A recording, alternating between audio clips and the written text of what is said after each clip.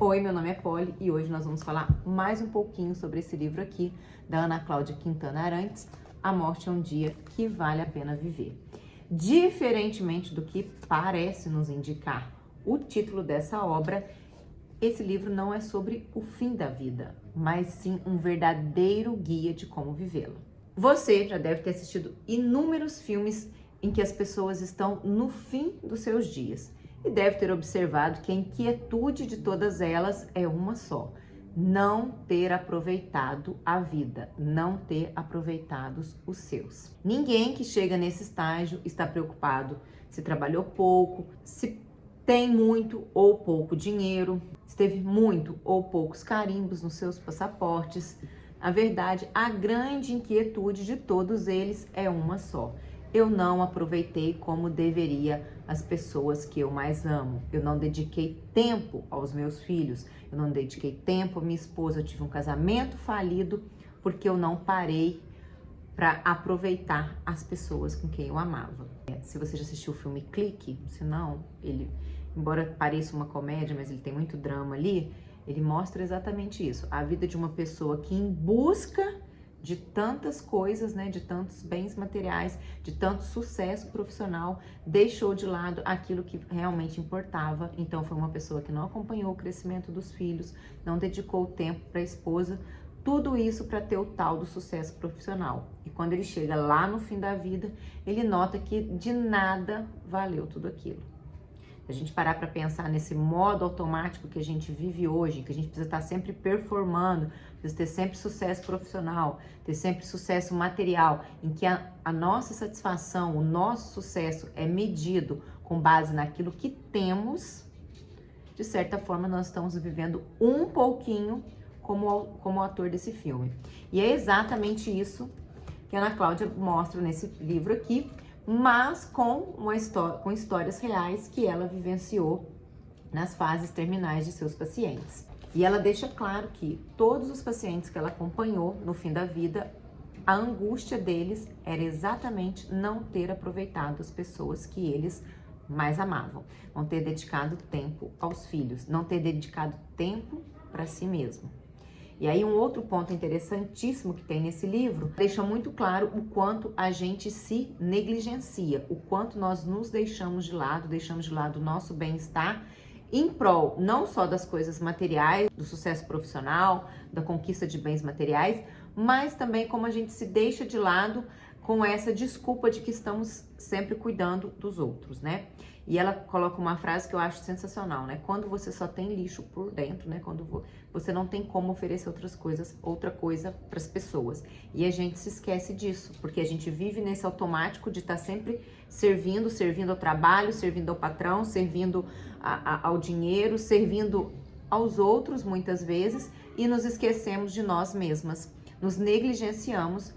E com aquilo nós vamos nos tornando não só pessoas descuidadas, desleixadas muitas vezes, mas também pessoas amarguradas. Porque inúmeras vezes a gente vê gente reclamando que deixou de viver, deixou de conquistar algo, deixou de se cuidar ou de ter um tempo para si porque estava cuidando dos outros. Todo mundo aqui deve ter algum parente que parou a vida para cuidar dos pais na velhice. E o que você vê muitas vezes nessa pessoa é ela sempre pontuando que ela deixou de viver em prol do outro. Isso muitas vezes é visto de maneira bonita, né? Como se fosse uma entrega, mas a gente nota muitas vezes que há muita amargura ali. Inclusive essa pessoa às vezes tem um convívio péssimo com os irmãos, péssimo com outros familiares, porque ela se sente injustiçada, né? Ela sente que aquele modelo foi muito ruim para ela e que só ela deixou de viver. Então a gente tem que tomar muito cuidado com essas escolhas que a gente faz, porque muitas vezes a gente faz essa escolha para parecer que nós somos bons, né? Que nós somos altruístas, que nós abrimos mão de nós mesmos, e na verdade, no fundo, a gente está sempre culpando o outro, a gente está sempre jogando na cara do outro e tornando as relações humanas muito difíceis, porque a gente se sente injustiçado. E outra questão muito importante que ela coloca aqui também, e que eu sempre falo lá na minha outra rede, é sobre essa questão da gente estar bem para cuidar do outro, né? Nós, principalmente depois que a gente se torna mãe, a gente tem muito essa coisa de estar sempre em prol da criança, né? Sempre voltada 100% para a necessidade da criança e esquece daquilo que é importante, inclusive para essa criança, que é nós, mães, estarmos bem.